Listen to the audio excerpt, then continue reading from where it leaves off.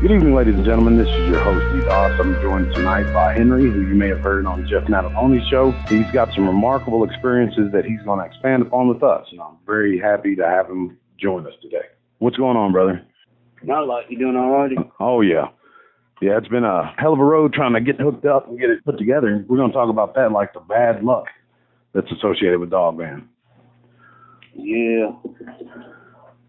Definitely been feeling it. So why don't you tell the folks where you're from and where you've had most of these experiences? All right. I'm from Southwest Virginia. My entire life, I've always been up in the woods, hunting, digging roots, trapping, anything to be in the woods, I've done.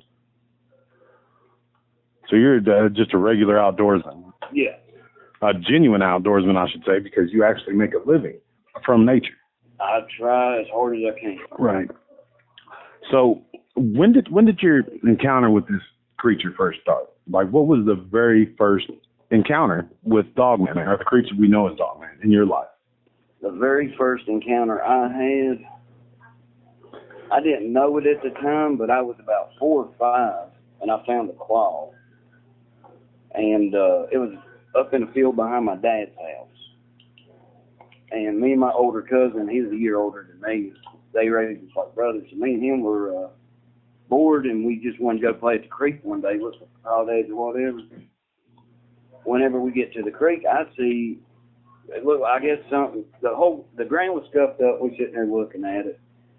And he saw the claw, and I seen it, and I thought he was going to pick it up and try to take it and keep it for him. Because, you know, that's something really, really cool. If we ever found a feather, we fight over that, but he wouldn't touch his claw. And for some reason, I felt real wary about it. But where I was a little kid, I figured if I hurried up and grabbed it, I could keep it. And sure. That sounds like a cool little trophy to take from the woods, you know, when you're 11-something years old. Yeah. Well, I was 4, he was 5. So you weren't even that old. Oh, no, we was little. And whenever I picked the claw up, before I even put my hand on it, I had a voice in my head telling me, I guess conscience telling me, you know, don't touch it. Do not pick it up. I ignored everything, picked the claw up. My cousin will not touch it, but he's sitting there wanting to look at it. And as soon as I picked it up, I had that feeling that I messed up. And I didn't understand anything. I didn't know anything. I was just 4 years old. Right. And so we start walking back. Well, as soon as I picked it up, we're looking at it. My cousin, we hear something step on and break a glass bottle. And the guy who lived over the hill, he would throw all his trash down over the hill, and we thought it was the beer bottle because we used to go over and break them all the time. Well, something literally stepped on an empty glass bottle and broke it. And we slammed empty glass bottles against rocks, and if they're empty, they won't break. Something stepped on it, broke it, and I looked at him, and I'm like, hey, what was that? And he said that our neighbor had a pet deer, and that it was the deer over in the woods. So we both was ready to go at this time. And the whole time we're walking down the middle of the field, and this field's like 200 yards across almost. And it's about 400 yards long. So it's a good-sized field. Yeah. So the whole time we're walking through this field, and we stay right in the middle, we can hear something paralleling us over in the woods. And there was a fence line that come up to the corner of this field where my dad's trailer was. And as soon as I went through the gate, that voice kept telling me, if you show it to anybody, it's going to be bad. You cannot let nobody see this claw. My dad was over at the burn pile. He was burning his trash. And as soon as we came through the gate, he turned around to go get more trash. And I run over to the fire pit with Bruce Pollen. And it was more, I don't even, maybe where I was so little, I don't know why, but for some reason, like you said, a trophy in the woods, something like that, we would have fought over a pheasant. Yeah, no doubt. That claw on fire. I didn't want it, and I knew something bad was with it. but I never knew what. And I think that was maybe, some spiritual help or guidance that you may have got being so young, not understanding what it was. And even adults, if they came across that, especially as big as it was, and we'll get into that, they wouldn't know what to make of it. But I think there was other things that went along with it that gave a spiritual context, and something was kind of looking out for you. Oh, well, yeah, my granny, she tried to keep me and Joey together all the time. She took us to church every Sunday. We'd go to church. Wednesday nights, we'd go to church. Like, we were raised Christians. Every night when we go to bed, it was me, my cousin, and my mama. We slept in the same bed and everything. My papa, he was a truck driver. He was always gone. And mama had a great big Bible story Bible. Every night we go to, yes, I mean, we've always been real religious. You know, we've always had strong Christian faith. Right. Knew the Lord. Yeah. Absolutely. But again, being that young, I just didn't understand. And to this day, I still have a hard time trying to even remember it. Well, yeah, you were really, really young. I remember it plain as day. It's just my thought process of everything going on at that time. That's what I'm having trouble trying to figure out. I can understand. Well, the size of this claw. Now, when you picked it up in your little 4-year-old hand, how big was this claw? It's held on both sides of my hands. And me, again, everybody in my family at that time, they were big hunters. I've seen bear claws. They're illegal to do, but, hawks, whenever they're getting pickings, they've got some pretty big claws. They do. They're almost as long as bear claws, but they're a lot skinnier and they're curved more. Yeah, like little daggers. Yeah. The claw, I've never seen anything like it. It's actually, for me, I've messed with every animal there is, and honestly, I've never seen any other kind of animal, not even a wolf, coyote, fox. There's no claw that even resembles.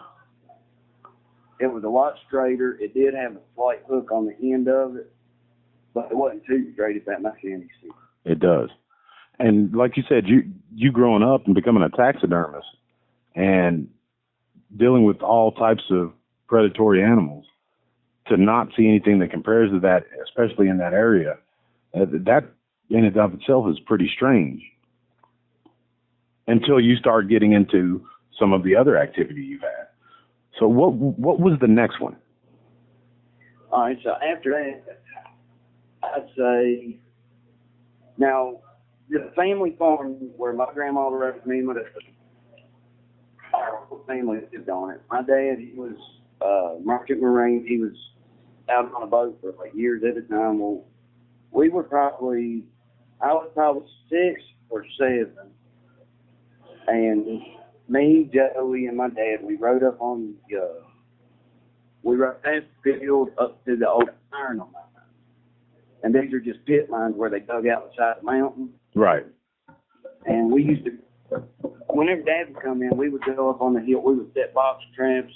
We would spotlight, do things like that. And we were riding up to the mines, and we had the hard top off of the Jeep. We had the doors off the Jeep. We were standing in the back seat, hanging on to the roll bar.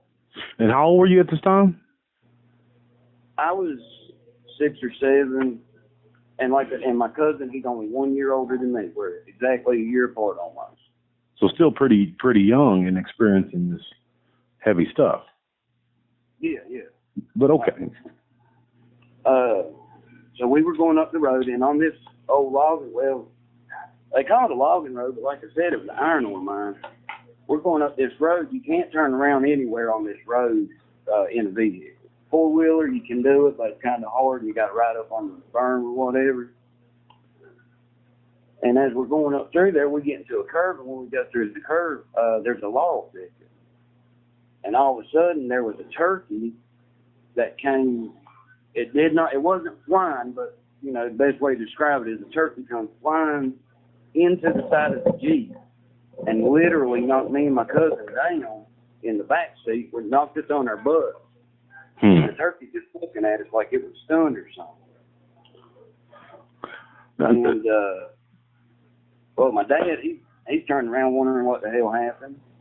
And we don't know what to do, but we're looking at the turkey, then all of a sudden it comes back to life or whatever had it paralyzed it. This thing started flapping, beat the snot out of me, it was beating my dad. I think my cousin was actually trying to hold on to the turkey, and that was just making it 10 times worse. Yeah, I was mad about it. Yeah. And we didn't, again, young, we didn't understand what happened. My dad told, because once the turkey finally got out of the car, Dad was trying to turn the Jeep around. And we was like, well, what are we doing? He said, I hit a tree. And I hit a tree. I knocked the turkey off the tree. And he's like, I got to be sure I didn't hurt the Jeep or the grill. Well, he had a big, 3-inch pipe front end bumper, or grill, whatever. Yeah. He had the big pipes in the front, so that didn't make any sense. Dad was that clear, so we did not want to go home yet. We just got started. And Dad finally, he somehow got the Jeep turned around on the road, and whenever we were going back down, he turned around, he said, give me the spotlight. And he got real hateful. And he never got hateful. We didn't, unless we really messed up, we never heard him get hateful. He gets hateful, he says, give him the light. We give him the light. Whenever we give him the light, he's shining all over the woods on both sides of the Jeep.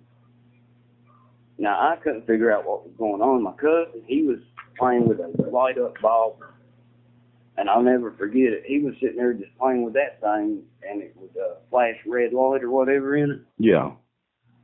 And whenever I looked over at him, my dad made a good pass with the spotlight. Whenever he did, I seen something huge, and I thought it kind of looked like a bear, but it wasn't really. And I really don't remember I didn't get to see it real good. I just remember kind of seeing something that looked like a bear, and then it was gone. My dad couldn't keep a light on it. And then we get down to the creek, which is about almost to the end of the little mining road. Once we get there, my dad just takes the light, throws it in the floorboard, and guns it, and he gets us down to the field. The field that I told you about earlier, where me and my cousin found the claw, we're in the field that is exactly the side of it. There's just a fence line that cuts these two fields in half. So without that fence line, it's basically one giant field. Yeah. Okay. And this one, it's got a little bit more, it's not as flat. It's got, a little bit more terrain on it. It's got a gully in it. Well, my dad goes down to the middle of that field and whips it around, and whenever he does, he had the spotlight on his lap. And I don't remember him leaning over and getting it or anything, but I did know he threw it the floorboard. Well, he's got the spotlight on his lap, and as soon as he whips it around, he shuts the Jeep off and starts shining the light. And we're sitting there, and we're trying to ask questions. He keeps, telling us to shut up, be quiet. Still in that hateful tone, like he's got a little anxiety going? Yeah. And like I said, now, looking back on it now, I completely understand. But then I'm like, I wonder why he's being an asshole. Yeah, exactly. But once we actually did, be quiet and let him listen, he took the spotlight, and there's a big oak tree right there where the 3 gate openings connect. One coming down off the mountain, and then you got the fence line that splits the 2 fields apart. Right there's a gate that comes off the mining road, and it literally just stops right there at that fence line. That way you can go into either field that you want to. Okay. And whenever he gets the spotlight on that oak tree, there's a big oak tree. And whenever he gets the spotlight on it, he's sitting there and he starts focusing in on that area. After about 2 or 3 minutes of doing that, he lit up a cigarette. He killed the light, lit a cigarette, and I think that's what he was maybe trying to do. I don't know, but he wasn't leaving until he could figure it out. Whenever he cut the light back on, he had the light dead up in the top of that tree, and this is a good 60 feet up. And there were 3 sets of yellow eyes, and they were spread out in the top of the tree, close to the base. They were close to the trunk. or the main center of the tree. Yeah, they're closer to the tree. They weren't off on the branches. Yeah. Now, one of them was a little bit further than the other one, but they were literally sitting in like a pyramid shape. They're spread out. And whenever he seen that, I don't know what he said, something under his breath. I couldn't hear him. My cousin didn't. Joey didn't say anything.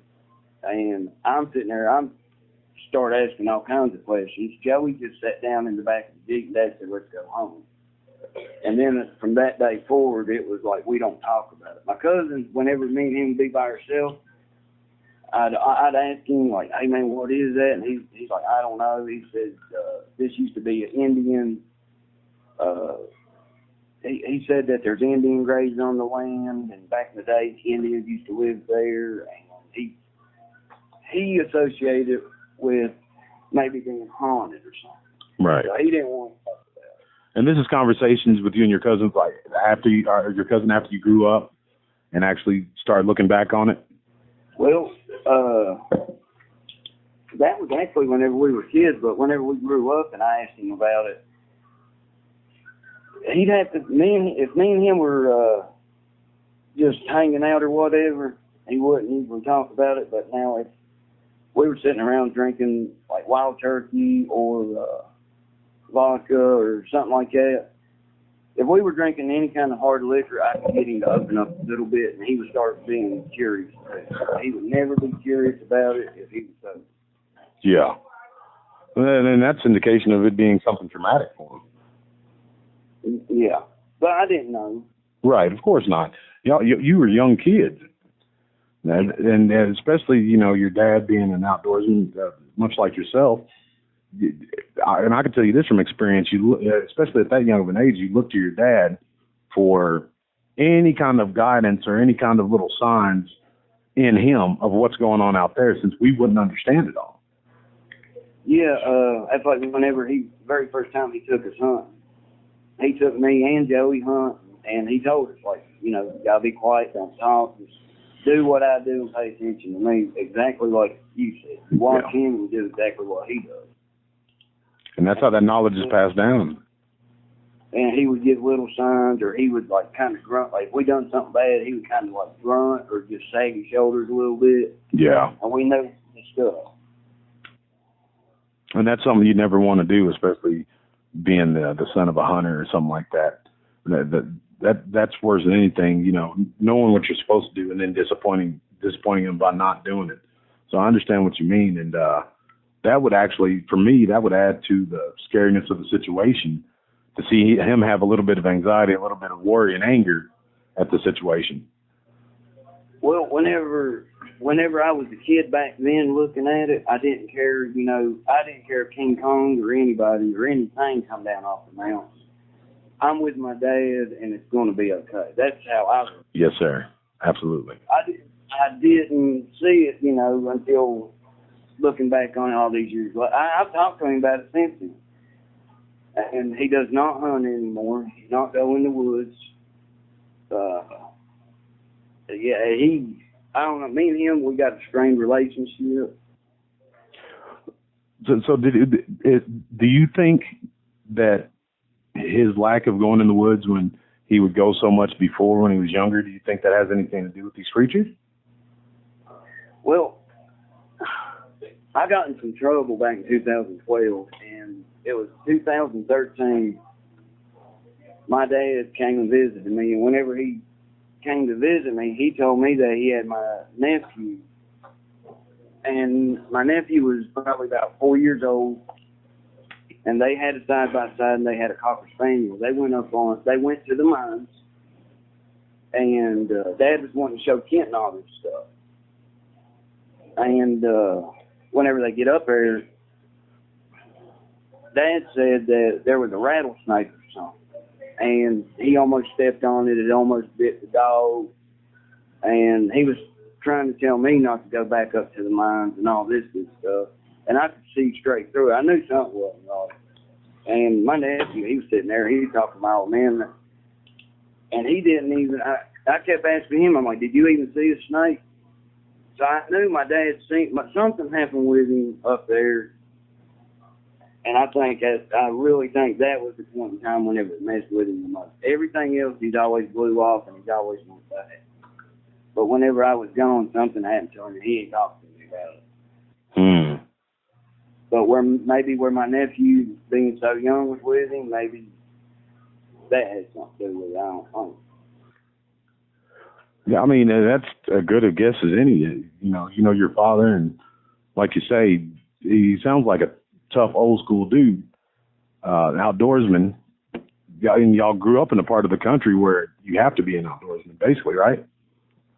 Yeah. Yeah. So that's very unusual that somebody would stop basically what they've known all their life, based on a rattlesnake that they probably ran across 2 or 3 dozen of throughout their lifetime. Well, I tell you what, not last year, but the year before last, I had a rattlesnake in the back of my pickup, and he sat there, picked it up, got it out of the bag. Copperheads, he won't fool with a copperhead, but a big rattlesnake, he's messed with it. He got him out of the yard. We got him away from the house, and I eat every single one I can get, and I always get the skins out of it. Right. I hear they're good eats. They have a rattlesnake roundup here in southwest Oklahoma. I've never went to it, but everybody tells me it's good food. Yeah, it's all right. Honestly, it's a little bit like, I don't know. Whatever you cook it in, all you taste is either the breading or especially the chili or something like that. All you taste is, you get the texture of the meat and the flavor of whatever you're cooking. So it's not a real flavorful type meat?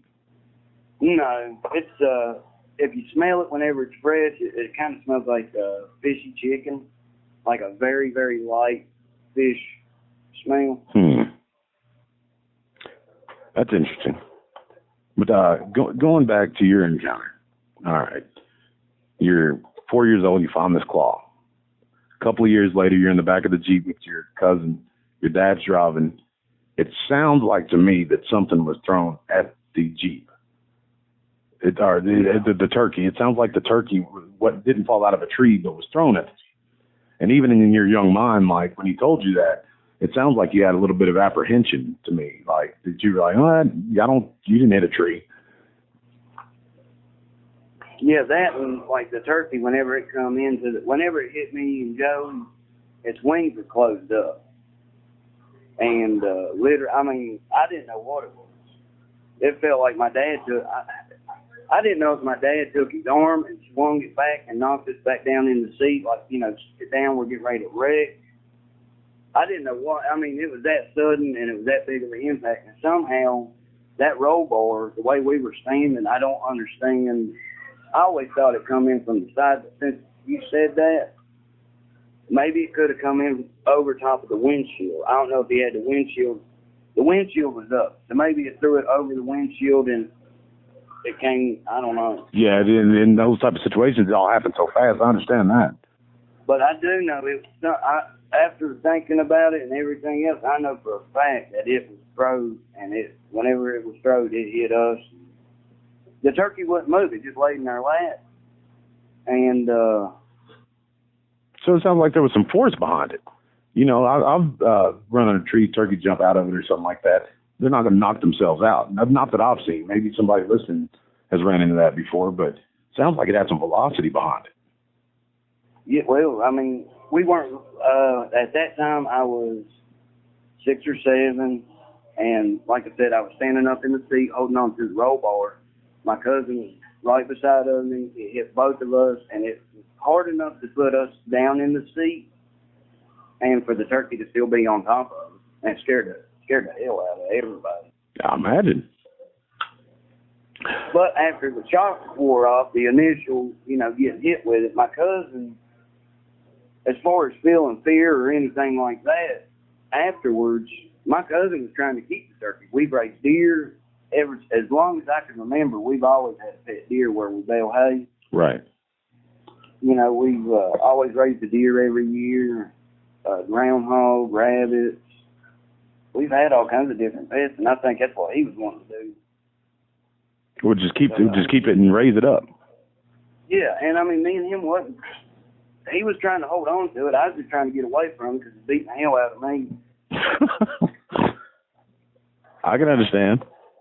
Yeah, but I mean, you know, as far as us being children, we didn't have any fear. But my dad, I can only imagine how scared he was, and then he's getting a turkey beat the shit out of the back of his head while he's trying to drive and turn around and everything. Yeah, and keep y'all safe. Yeah, that time I didn't even think about the claw. And, you know, that's about 3 years before that. I've always remembered the claw, but I never would have I didn't put two and two together until a lot later. Right.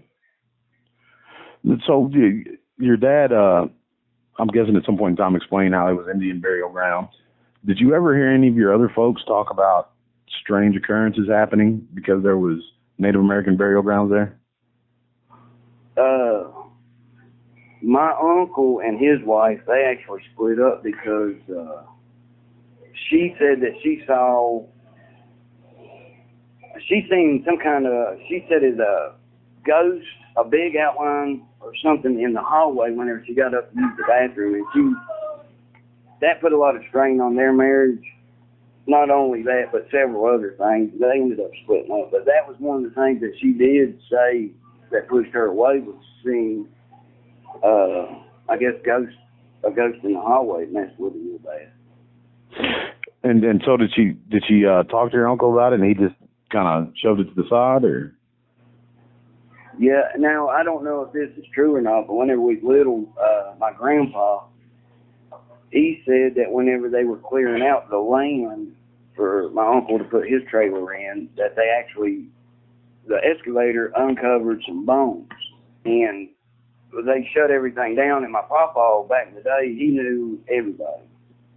And I'm kind of the same way. If I go to any store around here, I know everybody. I know what you mean. So the excavator guy knew him, knew the whole family. He said, look, if I say anything about this, you know, they're not going to let you finish this. He said, if you want to, between me and you, we can just smooth out everything, put it back best as we can, smooth it out. Now, he was going to get some fill dirt, and he built up on it to pull in the trailer. And my papa told us so many, you know, stories like that when we were growing up, it was hard to believe. But now, with everything else, and he's dead and gone, because I really wanted to talk to him about a lot of stuff.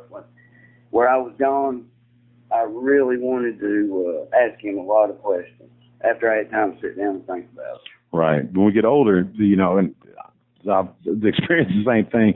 You know, you like you said, you hear so many of these wild stories from the older folks in the family that you think that, well, here's another one. You know what I mean?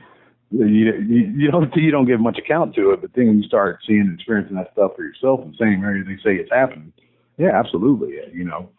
And unfortunately, I wish my great grandma was alive from out there in Ponds Bluff, where she talked about the whistling and the catamounts and all this stuff that we'd attribute to these creatures, because they knew what was going on. There's no doubt in my mind. Well, my grandma, and she's got pictures, and I've been trying to get I've been wanting to go over to her house. She's got, you know, totes and totes of pictures. But she has a Polaroid picture. I don't know if it's just one or how many it is. I believe it's 2 or 3. But there are Polaroid pictures of deer being drug up in a tree, you know, like how a leopard will do. Right. And because, well, they always said it was a panther. Yeah, because panthers, that's what I was going to say. I was going to ask if there are panthers in that area, or if there's they've been known to be in that area, because that's something that a cougar or a mountain lion would do as well. Well, people say that they've seen panthers, but a really good friend of mine, his mom said she's seen a panther right below the house, and I got to talk to her the day after she saw it. And whenever I was asking her exactly what it looked like, she told me that it had a box head, almost like a pit bull, and a little bit longer, you know. She said, I didn't know panthers had that long of a face. And I was like, well, what do you mean? She said, well, from the neck back, she said it was a panther, and, you know, she knows what a panther looks like. Everybody does. But she said the head was a little bit she thought it got hit by a car. She almost did. She said maybe it got hit by a car and it deformed its face, but it had a longer face on it. And whenever she was telling this story, as soon as she said it, I've been on their property right where she's talking about digging ginseng and got run out of the woods. But her dad, he was a teacher at the school I went to. And he came up, he heard what we were talking about, and he said that his dad seen a walking fox. He said it was the tallest. His dad said that he was driving down 460, and there's a cave on the side of the road in a cliff.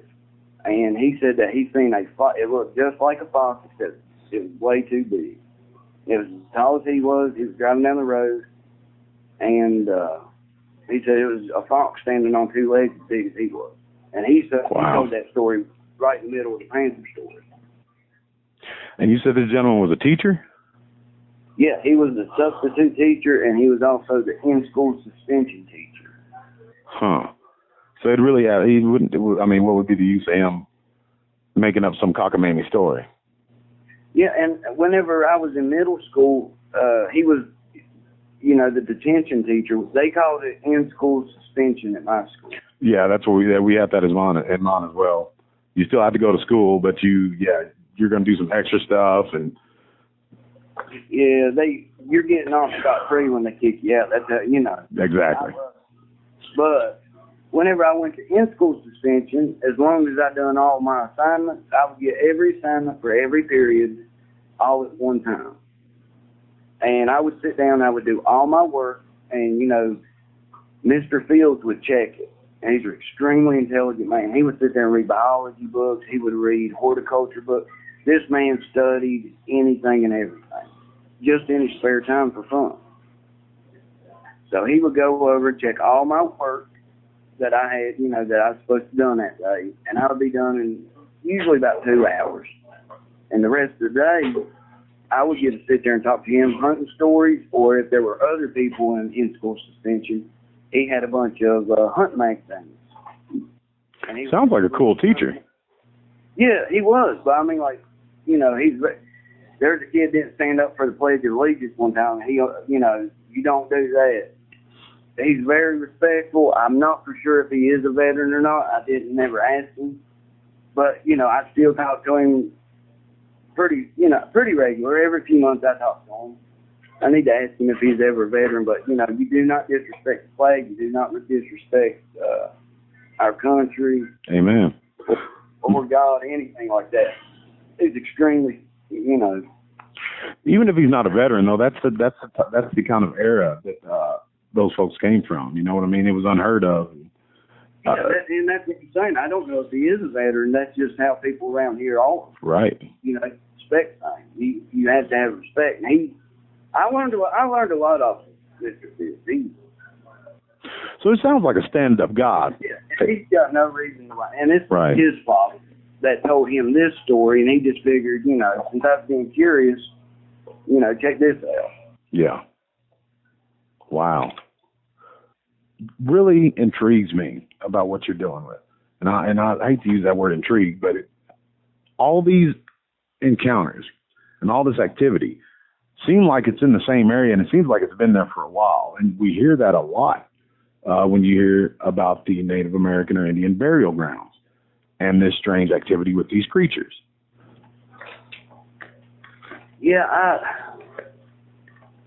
I don't know. And, I don't mean to keep getting off subject, but in all reality, there's just so many things that have, and I truly believe it all revolves around me picking that claw up. I really do. Well, let's talk about that, because we've talked about that off air a little bit. And there's 99.9% I agree with and have dealt with myself.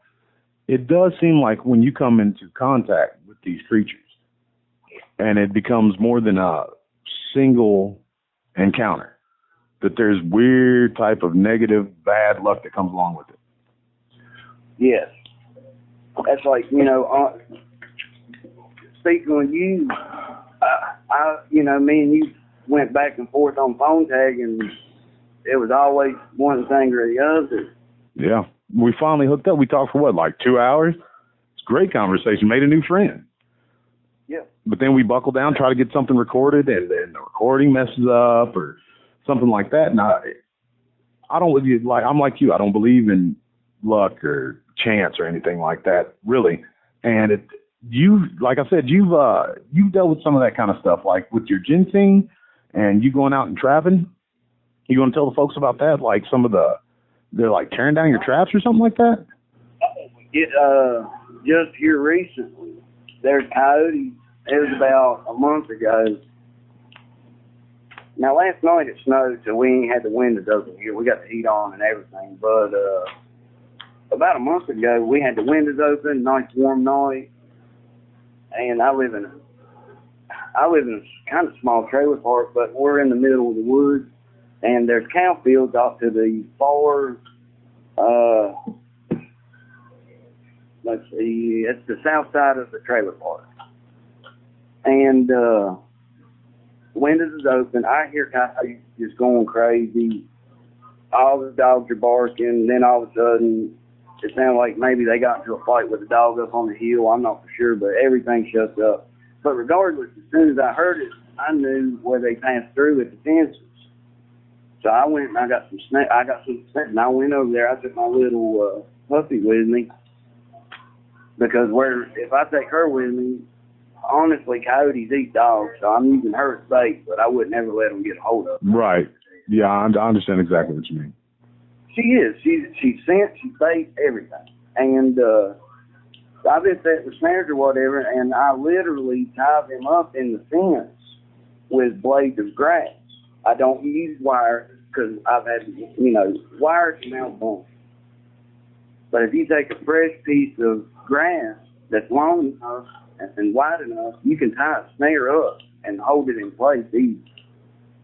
Right. And right about the time you tried to get a hold of each other, it looked like I took my hand, reached over, grabbed the lock on the snare, slid it down, closed the loop, and laid it to the side. And at first, where I live in the trailer park, I was like, maybe somebody walked over, seen them, and didn't want me trapping, didn't want an animal getting trapped, something like that. But if somebody done that, one, they complained to the landlord, and two, they would take it. Cause I don't, I just tie them into the fence. You don't have to have tools to take them out. The wild thing is, if you go directly east across the top, the valley I'm in right now, if you go to the top of the mountain east of me, back down that valley and up the other one, with the Appalachian Mountains, they're not really tall mountains, but, they're rugged or real bumpy. I don't know how to explain it. But, I could walk from here to, if I was to walk from here to the top of the mountain, it would take me probably 2 hours.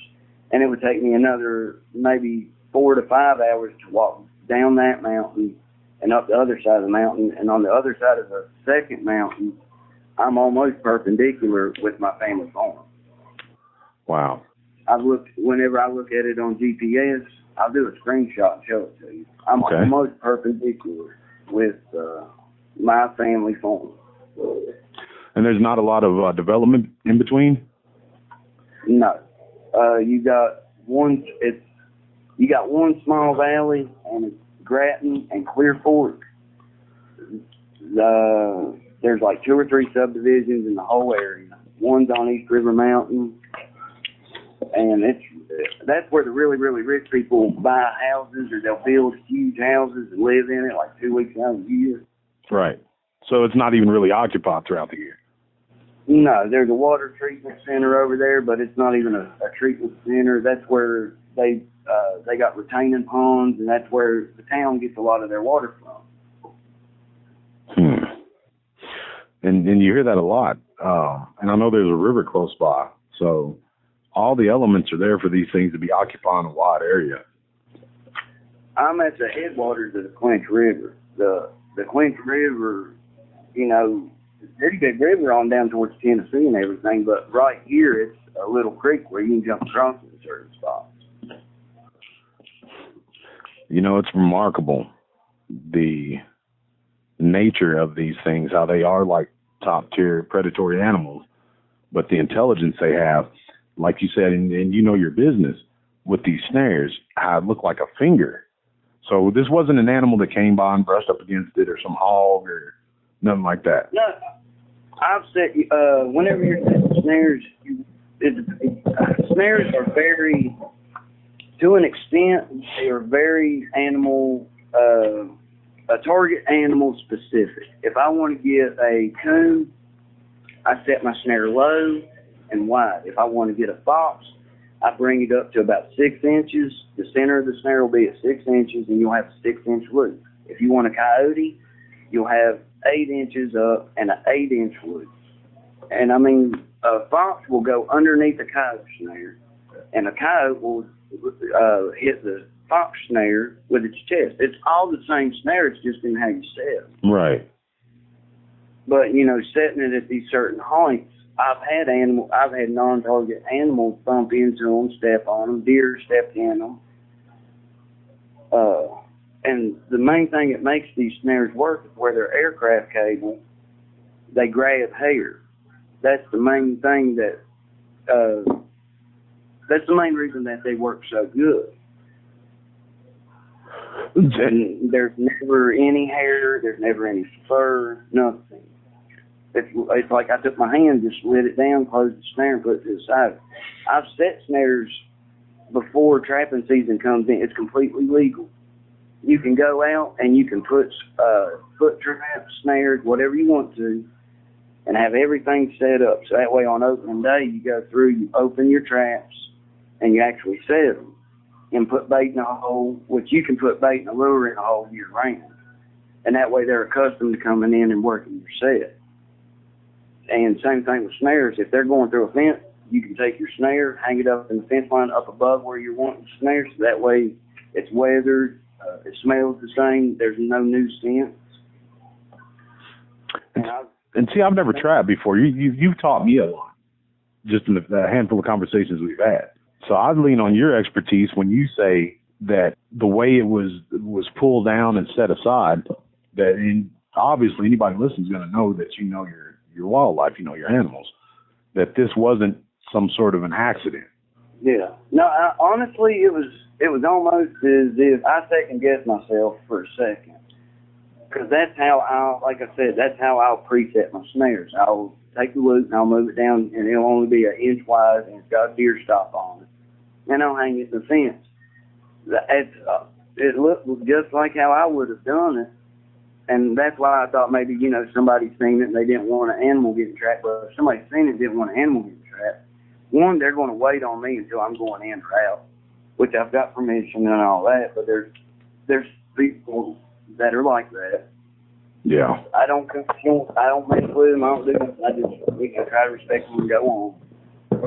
But, you know, anybody like that, they would have stole it. They would have tore it up. They'd have done anything they could, you know, to be sure I couldn't use it anymore. And that's in the nature of these folks who, animal rights activists, if you want to call them that, which I'm an animal lover, you are too. I'm not saying that we're anti-animal rights activity, but, yeah, you know what I mean, though. Like, a lot of these radicals, if they set their heart towards it, they see you going in there and they think you're taking a life and all this other kind of stuff, even though that's what you do for a living to feed your family, they'll raise hell about it. I know I've seen it. You've seen it. Yep, they will sit there and wait on me. I've had people, I've went into certain places and they think that honking their horn messes it up, and I don't say nothing. I just tell them, like, hey, can you please quit honking your horn? But in all reality, honking the horn don't do nothing. It burns their time. You know, if they feel important, I just leave it alone. But this here, if it would have been anybody that cared or anybody that did not want me there or did not want that snare there, they'd have took the snare and they'd have definitely been able to get a hold of me. Everybody in this trailer park, again, knows who I am. Everybody knows me. Yeah. Another thing about that is I find it interesting that you said coyotes were yelling that night, because I don't know if you've heard, but in a lot of these encounters with this Dogman creature, Folks have seen them running in the middle of a pack of coyotes. Folks have said that they use coyotes to flush out game from the brush and into open fields. So basically they're using them to maneuver these. I've heard that, but in my experience, my experience is I've seen a coyote, and now this is just the best way for me to describe it. Its head was perfectly intact. It still had the fur on it. It was ripped off right behind the ears, which is the thickest part of the hide. Something ripped the hide off the coyote, and there was literally almost no meat, and there were no guts in it. And that was where I've been having a lot of problems with some other stuff, related to this. And that's I don't know if they eat them, if they run with them. Right. Yeah. We don't know. But based on finding that, it kind of made me feel like, coyotes are scared of them. Because I've heard whenever I was predator hunting, I had a pack of coyotes howling on the other side of the ridge from me, and whenever I changed up the call, something else howled. It wasn't really a howl. It sounded like a human trying to mimic a coyote or a wolf howl, but it was broken and it was just way louder. It was crazy sounding. But as soon as that happened, the coyotes shut up. They disappeared. I never could get them to answer back. They were one ridge across from me, getting ready to run in on my decoy. And that just killed it. That yell or whatever that was mimicking the coyotes just killed it. That's wild. And see, it's stuff like that. Like, what would you attribute that to? Like, what are they doing? We don't know enough about this creature to, you know what I'm saying? Like, I wish that there was enough researchers to go out and actually do research, to pull information, to figure this stuff out. Because you hear this all the time, like you said, but why? What are they doing? Why are there other stories or other encounters where they see these things running with coyotes? It's very, very strange. Yeah. What I don't understand is that's like people around here, mink. I've raised baby mink that I found. The mommy was running through the woods with it, and she dropped the baby right before she jumped in the creek. She took off. I walked over. I thought it was something she was eating. I picked it up, and it was a baby mink. She was carrying it. I guess she was moving. I don't know. Huh. So I picked it up, and I took it home, and I raised it. And people around here don't even believe that we have mink that they never see it. That's remarkable. But I've raised them. I trap them. In that same area. I've tried to sneak up whenever these things mess with me. I've a million and one things. I've always tried to get the upper hand on them. I can't do it. I've wanted to try to get the upper hand on these things. I've contemplated trying to take one. I've tried to harvest one, but I did. I don't think it's a good idea now. Right. Yeah, the time you would. No, I was like, it's going to be a really nice hide hanging on my wall. I really wanted to, you know what I mean? Yeah, I hear you. In my mind, I was like, man, if I can get one of these, I've outsmarted what's been outsmarting me for years. They do have the hide on these things is beautiful. The very first time I ever seen one, I was scared to death, but at the same time, I couldn't help but look at the fur on them. So what was the first time that you actually got to see one? Not counting like the eye shine and stuff like that. Right. Yeah. Like actually laid eyes on the individual itself. Okay, I was probably, I want to say, almost 18. I don't know. I might have been anywhere from 15 to 18. And that's where a lot of my trouble started. So I've got a lot of missing time from that. From 15 up, I've got a lot of missing time. But I know that I was still living at home, and me and Joey were hunting. And what we would do is every morning we'd get up about 5 o'clock. We'd ride our four-wheeler halfway up the mountain, and then we'd walk into our spots. you know, after right about daybreak, we'd have 30 minutes before sun comes up. By the time we got to where we were going, I never could sit still. I hate sitting still when I'm hunting. I like to track. Cause Joey, he'll sit on a rock or he'll sit up against a tree. He won't move all day long. And he swore up and down he'd killed more deer, but honestly, I've killed a lot more deer, bigger deer. It's about even. Stock hunting? Yeah. Yeah, I like stock hunting too. I don't have the mind to just sit there and, you know what I mean? Like, I like to move around, look for sign. Yeah, I mean, in my mind, if you're still hunting, you're playing the game. It's literally, you got to imagine where they're going to come in. You got to know your game. Stock hunting, you're pretending to be your game, honestly. Yeah. I mean, I just like, it's more of a challenge, kind of. I just can't sit still.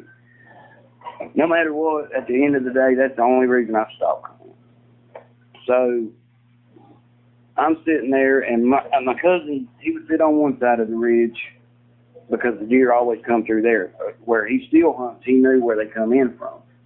I would go to the other side. But what he didn't know is I was stalking up the mountain, and sometimes I'd push him over on him, but sometimes I'd get lucky.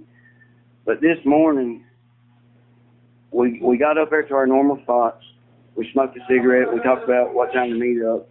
Well, as soon as he leaves, as soon as he left me, I started having a really bad feeling. Like, I was nervous. And honestly, I've never been that skittish in the woods. I have been a couple of times, but that was the first time it bothered me, and I couldn't understand why. You didn't know what to attribute to it? Was there anything different that day that happened? Or I'm sorry, that morning before you?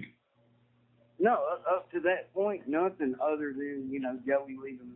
Other than me and Joey splitting up, I didn't have there was nothing out of the ordinary. Now, I know you've been in the woods a million times by yourself, so that wouldn't be it. Yeah, instead of camping, me and him just fell asleep under a tree before we woke up whenever the sun was coming up. Coon hunting.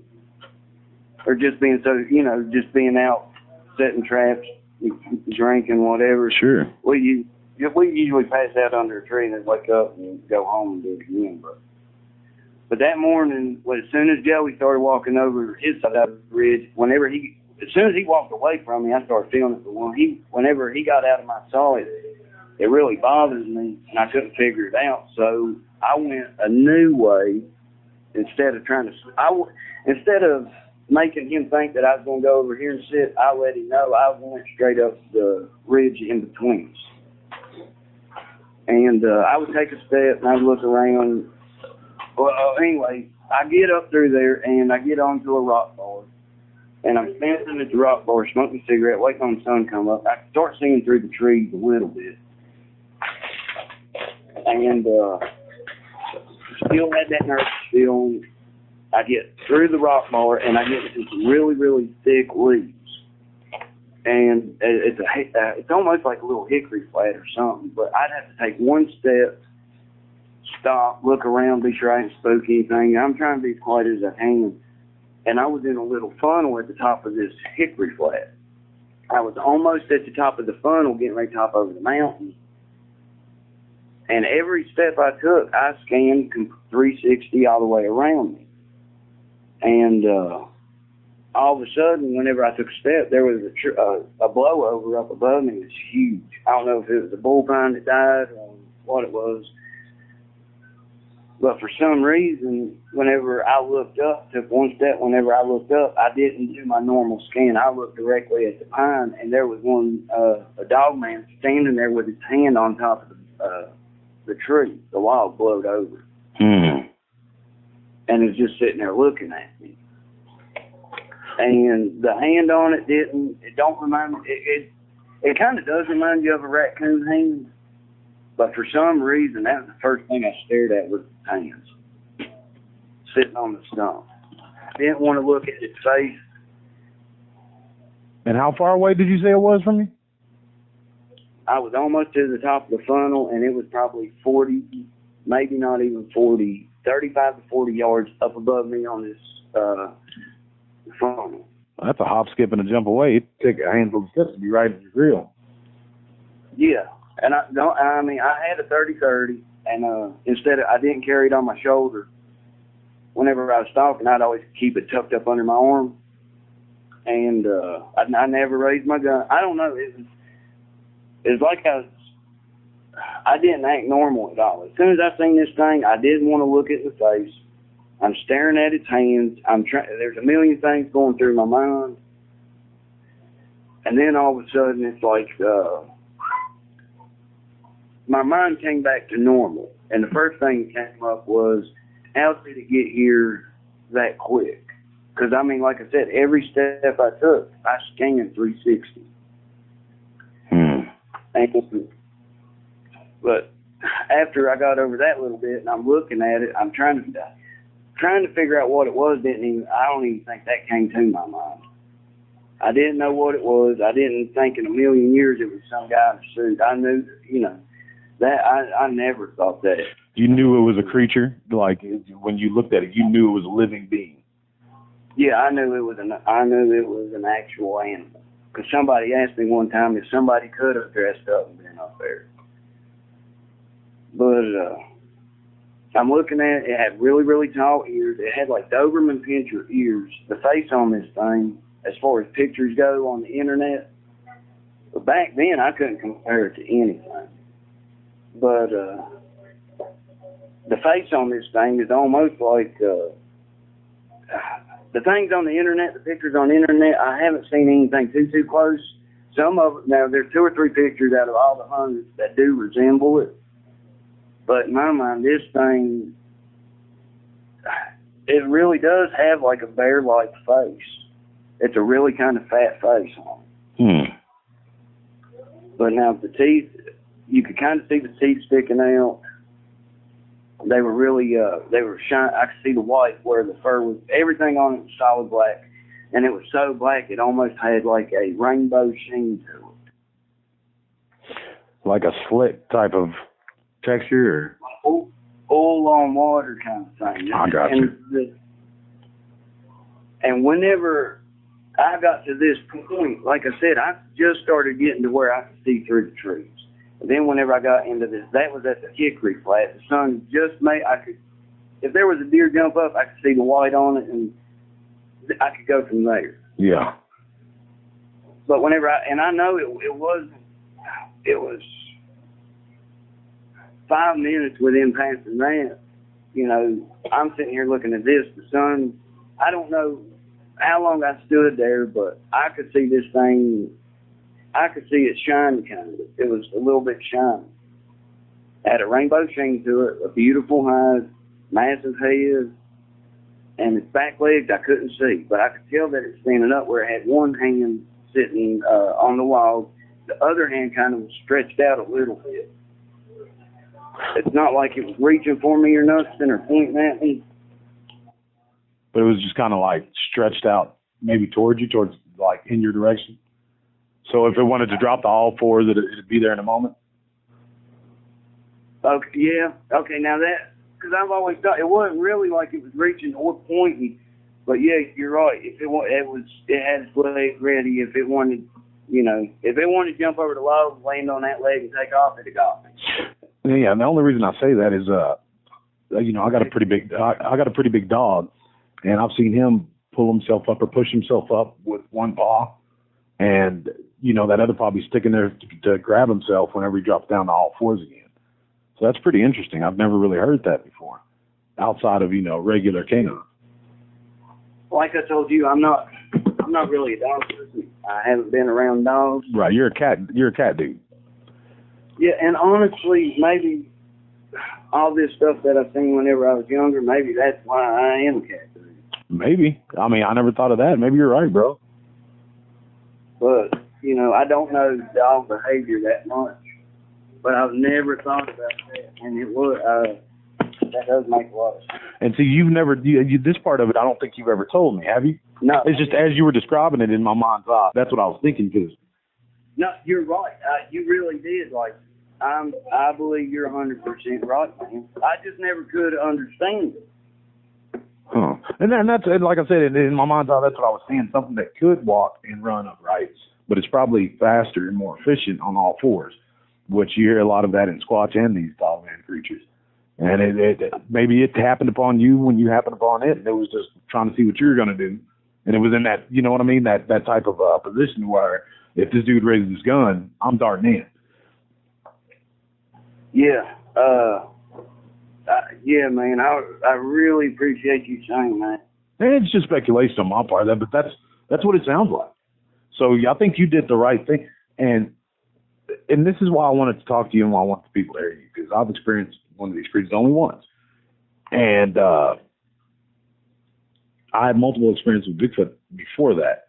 But a lot of people think that you're just going to be completely terrified at the very beginning of it. Sometimes, yes, but a lot of times your mind's taking in what you're seeing because our mind's not set up to understand what we're looking at. You know, we don't have any kind of frame of reference for these creatures. Yeah. Especially you being a taxidermist and an outdoorsman, you've seen it and skinned it all probably. Yeah. Before this even happened, I started doing taxidermy 10 years old. Wow. And I was getting people to bring dead animals to school. Well, as a country boy. For real, I was buying, like, a buddy of mine, he's dead now, but his name was Sean. Me and him were real good buddies. His dad was a big coon hunter. And for some reason, his dad and his buddies, they go out drinking or whatever, coon hunting. I could set all the traps I wanted to, and I could never get as many coons as this guy's dad brought me. I had 80 or 90 pounds worth of coons in a Green Army duffel bag. Dadgum. He brought them all at the same time. I paid him for everything, and the principal seen me dragging a big duffel bag. Oh, man. But yeah, it's on it. And again, you know, I felt like if I wanted to, I couldn't have raised the gun. I was admiring the fur on this thing. I was staring at something. Now, I was scared, but even though I was scared, there was something saying that if you look this thing in the face, you're going to, there's no coming back, or there's something like, I don't know what it was. I understand. I really do. But after that point, I did. I looked it up and down. It had its paw out. It had one paw on the brink or on the log. It did. It almost had like a rainbow sheen. I couldn't really see the tail on it too good, but it did have like a bushy tail. Like a bushy tail, like a Malamute, or? It wasn't poofy like a coyote. There's a dog that's got like hair. The hair just grows straight down from the bottom of the tail. On the underside. I think I know what you're talking about. Yeah, and the hair on the top of the tail is kind of fine and short. Yeah, and it just folds over. That was kind of the shape. It wasn't poofy though. It wasn't like a coyote or a fox, nothing like that. Now, how long was this encounter? Because I know it probably seemed like forever in the moment. But looking back on it, how long do you think you sat there and actually had eyeballs on this thing? Honestly, I don't know, and that's what bothers me. Like I said, the time frame that I had in my mind,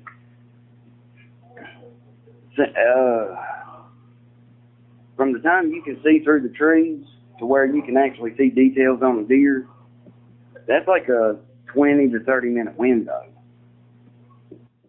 Huh. And I know, like I'm sorry, go ahead. Even though you can see the outline on a deer or on a bear right there at the twilight or whatever it's called. Right. Again, it's a good 20, 30 minutes before you can actually, I don't know, like you can see you can hear birds flying through the tree, but you can't really see them. Yeah, I understand what you mean. Even though it sounds like they're right above your head. Yeah, and you can't see them because it's too dark, but you can see like where, I guess you can kind of see where they flew by. Yeah. If that makes the leaves kind of rustling, you can see the branch where it looks like it kind of lifted up from the heaviness of the bird. Yeah, instead of seeing the branch with the leaves on it, you can actually tell the individual leaves on it. Right.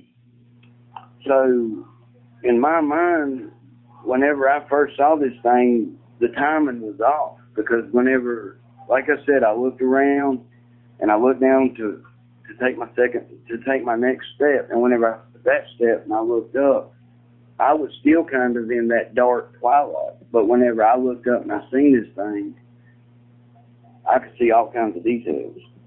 Huh. And again, I could not figure out how it got. I'd never heard anything. I did hear it running, and there was all kinds of leaves.